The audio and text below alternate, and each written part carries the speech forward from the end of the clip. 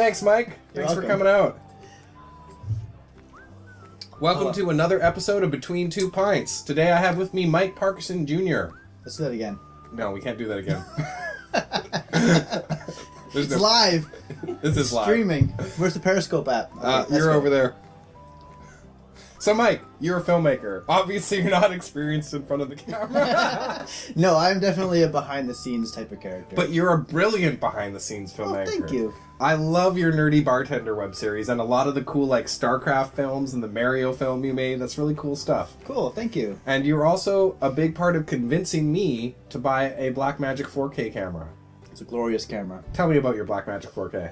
Well, it's my baby, and it was one of those. It was the next step up from the DSLR stage. Really felt that the resolution was a big upgrade. The 4K is just awesome. I mean, everything we put out there is 1080p, so it gives us that framing flexibility. That's actually a big part of what attracted me to 4K. I went to a seminar about 2 years ago by one of the fellows who does the short films for Saturday Night Live, and he talked a lot about how using 4K cameras and then editing down to HD would allow you to do things like film a wide and a mid at the same time. Absolutely. And that, for indie, low-budget filmmaking, is awesome because it saves you a lot of time. It's like shooting multiple cameras is also a great way of saving that for indie film. Well, Nerdy Bartender, we shoot the whole thing, well, not the whole thing, but the main in 4K. And every time we punch in, it allows us to shoot the wide and the mid, because everything that Stacey does is a stream. There's very few retakes, and the best thing about it is that whenever she's pouring a drink or she's making a joke, we move in or we move out to reveal, and it's perfectly synced. It's not having to retake it and trying to match up where she was just pouring or whatever you have. So Stacey, she's the Nerdy Bartender. She is the Nerdy Bartender. How do you know her? She'll kill me for saying this. She auditioned for me in another show that I did. Mm-hmm. And so you just met that way and you're acquaintances? Well, we met then, and then there was quite a chunk of time between we saw her again, but I just, when she auditioned for me, I already knew. Was it true love? It was true love. For me, not for her. And you're married now, aren't you? I am taken. Sorry, ladies. And men, depending on your preference? Yeah, and other. Yeah, other. So yeah, you are living the dream. You're a filmmaker, and you're with an actress, and you guys make stuff together. That's really cool. And she was in a bunch of the fan films, like the StarCraft and the Mario thing. Yeah. So you guys, where do you film the Nerdy Bartender? The Nerdy Bartender is in our living room, and it's we have a TARDIS, and we have all sorts of Star Wars stuff, and the bar full of booze. She makes all the drinks. I have nothing to do with that, but I get to taste them all. So it's a good gig. Would you say you drink a lot more now that there's a bar in your living room? I wasn't much of a drinker, to be honest. And now, well, I wouldn't say I'm an alcoholic, but I wouldn't not say that I enjoy alcohol. Okay, all right. And now, from the top of your head, what's your favorite Nerdy Bartender drink? And now, I know I'm partial, because I actually got to be a guest on this, and we did Warhammer 40,000 themed drop shots. So they were plasma grenades, and she shouted out something about blood for the blood god, and I was for the emperor. And yeah. I don't really remember much because we did a few before we actually filmed. Yeah. So. But drop shots are awesome, and I approve. I don't know what my favorite is. I mean, they all have their own zing. The first one we did was the Teenage Mutant Ninja Turtles. I helped on that. That was a lot of fun. You did, and those were pretty darn good. She did a great job of painting the glasses. She painted the eyes on them, and it looked really cool. I thought she'd actually bought those somewhere. Yeah. So one thing that we hope to do in the future is to be able to actually get them printed and then be able to sell them on a store that doesn't exist yet, but maybe will in the future. So we've had an exciting interview about your web series, but let's delve into the world of the creative. I know that might be a bit frightening for you as a creative filmmaker, but let's pretend that you've been offered a large sum of money to open, like, the Hard Rock Cafe, a chain of restaurants, but they're all based on the Nerdy Bartender. Share with us a little about what you would have. What would be the name of this place? What kind of things would make it unique? What would be a few of the drinks that you know would be a staple of the menu every day? Like maybe perhaps the plasma grenade. That's a lot of questions. So let's start with the first. Naming it right away, we might want to work towards that. So tell me the top 3 drinks that you've already done or that you may do that would definitely be on the menu all the time at this Nerdy Bartender themed restaurant. Well, I would say that the plasma grenade shots, those would I hear somebody is likes those, so we'll put those on there.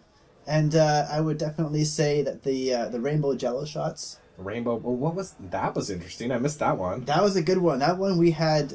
It was like Rainbow Road from the Mario Kart series, and we had the multiple layers of the different Jellos, and it was so good. A lot of booze in that one, and one of the guys that helped us shoot that one actually took the remainder, which was about the size of this growler here, of extra Jello, on a road trip with him. And he enjoyed it the whole road trip, all the way down to PAX. So that's amazing. It was quite good. We'll definitely get that one on there. So we got plasma grenades and rainbow shots, Jello shots. Ooh, this place already sounds awesome. Yeah.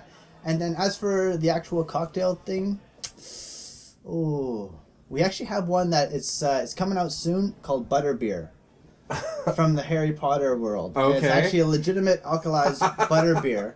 And the greatest thing about it is it looks like a real beer, but it has, what was the count? 800 calories in it because of the whipped cream that was made. And it's so good. This actually reminds me of butter coffee or bulletproof coffee that me and my roommates are into, where we put butter and coconut oil in our coffee in the mornings. It's a really good pick-me-up. In fact, this butter beer actually sounds like a great idea after a long night of drinking for a hangover. Perfect. You got some calories in the morning. You got your fats. You'd be ready to rock and roll. Tell me more about this coffee. No. We'll talk about that when the cameras are cut. We're here to talk about you today. So the Nerdy Bartender, this restaurant has an amazing selection of drinks. We've got some drop shots, which are cool. We've got some butter beer. We've got some Jello shots. So what do you think the name would this be? The name of this place would probably be Mike Parkerson Jr.'s wife's cafe. That's a good name. It has a ring. It might be a bit long. I'm going to go with the Nerd Cafe. The Nerd Cafe. There you have it, folks. In 10 years' time, when you're sitting down with your children having a Jello shooter at the Nerd Cafe, you know where it started. Right here. Yeah. On the Between Two Pints. But now, we have some time left, so why don't you tell us, what kind of menu would this have? What do you like to eat with your alcohol? Well, I'm a big fan of popcorn. That's not true. That's a bold-faced lie right there. I actually don't like popcorn at all. I would have to say poutine. Good Canadian staple. Fries, gravy, cheese curds. It's got all your major food groups. It's all there. It's fascinating. Yeah, and I'd have to have the poutine burger, the poutine pizza, poutine the butter chicken poutine. Oh, that's a good one. I love that. Down at the EXP bar, downtown Vancouver. Big fan of the EXP bar. Shout out to Brian. Sup? You're totally going to try to score a free drink with that, aren't you? Cool. Well, all right, man. Well, I guess we'll finish this off. We got to finish your beer, man. You got like a minute and a half left to finish your beer. So I'll tell our viewers about the beer we're drinking, which is the same that me and Ryan were drinking because he's sitting off camera giggling like a schoolgirl. Did you make this? No, I did not. I don't actually have enough beer. We have 50 liters of beer brewing off camera right over there. It's just over there. Yeah, a New Zealand bitter and a minor stout. But this was actually bought down the street. I filled up a growler, and it's actually a Bayard Saison. I got two 2-liter bottles of it, so 4 liters of beer. And it's amazing because it's named after a mythical horse that would change its size for its rider. It was a war horse, so very popular.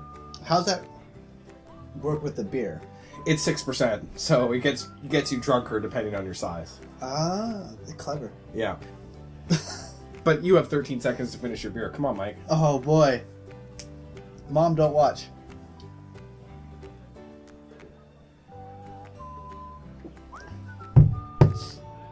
I was taught to enjoy alcohol, not abuse it. Oh, it's time to sleep. Finish your beer, Mike. You're letting the team down, including that team. Thank you for joining us on Between Two Pints. Please, feel free to drink along and leave your comments below. Have a great evening. Well, bam!